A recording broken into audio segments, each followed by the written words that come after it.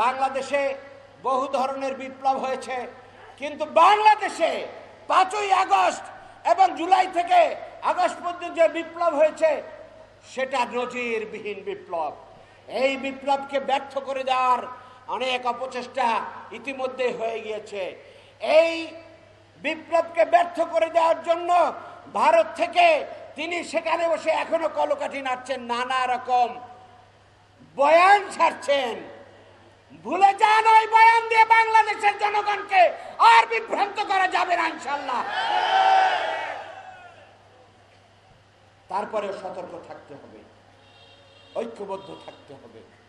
এই ফ্যাসিজমের বিরুদ্ধে বাংলাদেশের সকল রাজনৈতিক শক্তি, ছাত্র শক্তি ঐক্যবদ্ধ, সামনেটাকে থাকতে হবে।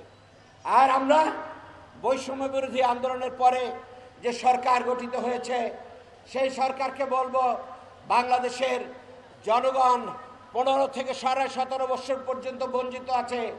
এই বঞ্চনা থেকে মুক্ত করার জন্য আপনারা যে সংস্কার প্রস্তাবের প্রক্রিয়া নিয়েছেন, দ্রুততম সময় সেটা প্রক্রিয়া সম্পন্ন করে বাংলাদেশের জনগণের কাঙ্ক্ষিত যে সরকার এবং ব্যবস্থা আপনারা আনার দ্রুত কার্যকর ব্যবস্থা নেবেন, এই আমাদের প্রত্যাশা। তার সাথে আপনাদের সাথে জাতি সবসময় আছে।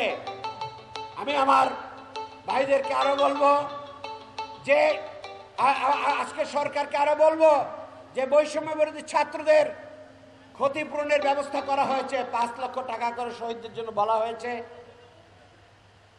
চিকিৎসার জন্য 1 লক্ষ টাকা করে দেওয়া হয়েছে। কিন্তু 1 লক্ষ টাকা দিয়ে চিকিৎসা হয় না। তাদের চিকিৎসার জন্য যা দরকার সেই ব্যাপারে কার্যকরী ব্যবস্থা নেওয়ার জন্য আমরা দাবি জানাচ্ছি, যেন একজন ছাত্র পঙ্গু হলেও তিনি যেন কর্মক্ষম হতে পারেন, সেই ধরনের ব্যবস্থা, আর্টিফিশিয়াল ব্যবস্থাগুলো আপনারা করার উদ্যোগ নেন। ভাইয়ের আমার, সময় শেষ পর্যায়ে, আজান হচ্ছে। আমি আর কয়েকটি কথা বলে শেষ করতে চাই। নিশ্চিন্তে খান স্বাস্থ্যকর অল টাইম পান, all time healthy life. Bangladesh Jamaat Islami সবচাইতে নির্যাতিত দল হিসেবে 15 বছর এই সরকারের জুলুম নির্যাতনের শিকার হয়েছে।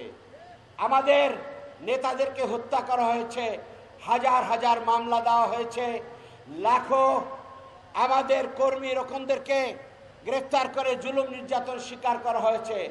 যাদেরকে হত্যা করা হয়েছে এছাড়াও রাজপথে গুলি করে তারপরে হত্যা করা হয়েছে, পায়ের উপরে গুলি করে, হাতের উপরে গুলি করে পঙ্গু করে দেওয়া হয়েছে। এইরকম নির্যাতনের শিকার জামাত ইসলামী, তারপরেও দেশের মানুষের কল্যাণে কাজ করছে। এখনো জামাত ইসলামী কোনো প্রতিহিংসার রাজনীতি করে নাই। জামাত ইসলামী বাংলাদেশে একটি কল্যাণকর ব্যবস্থা হিসেবে যেন বাংলাদেশের জনগণের মনের যে আকুতি, সেই ঈমান, আকীদা, ইতিহাস, ঐতিহ্যের আলোকে একটি সরকার গঠিত হয়, সেই জন্য জামাত ইসলামী নিরন্তর প্রচেষ্টা চালিয়ে যাচ্ছে। আওয়ামী লীগ ছাড়া কারো মিটিং, মিছিল, সমাবেশ করার সুযোগ হয় নাই। বাংলাদেশকে তারা একটা কারাগারে পরিণত করে রেখেছিল। বাংলাদেশে আওয়ামী লীগের জন্য এক আইন আর অন্যদের জন্য আর এক আইন ছিল। আওয়ামী লীগের জন্য ধর্ষণ হলে মাপ, খুন হলে মাপ।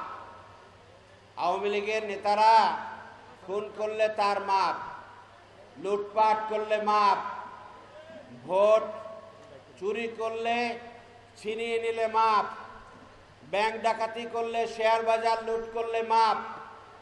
15 বছরে এইভাবে তারা চালিয়ে গিয়েছে এবং এর প্রতিবাদ করলে তাদের জন্য আইনের প্রয়োগ হয়েছে। মিথ্যা মামলায় হাজারো লাখো বাংলাদেশের মানুষকে আটক করে রাখা হয়েছে। বাংলাদেশের এই সমস্ত মিথ্যা মামলাগুলোতে কোনো জামিন ছিল না। যাদেরকে ধরে নিয়ে গেছে তাদেরকে বছরের পর বছর আটক করে রাখা হয়েছে। যাদেরকে ভবিষ্যৎ ক্ষমতার জন্য তারা বাধা মনে করেছে, সেই সমস্ত জাতীয় নেতৃবৃন্দকে মিথ্যা মামলা দিয়ে হত্যা করেছে।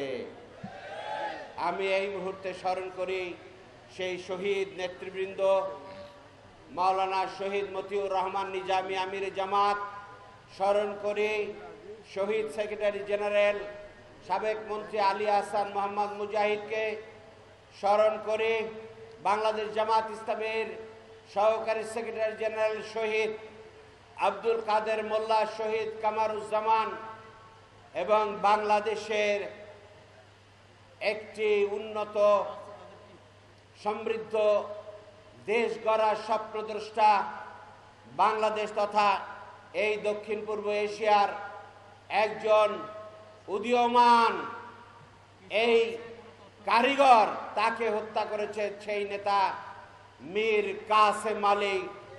তাদের সকলের শাহাদাত কবুল করার জন্য মহান আল্লাহর দরবারে আমরা দোয়া করছি।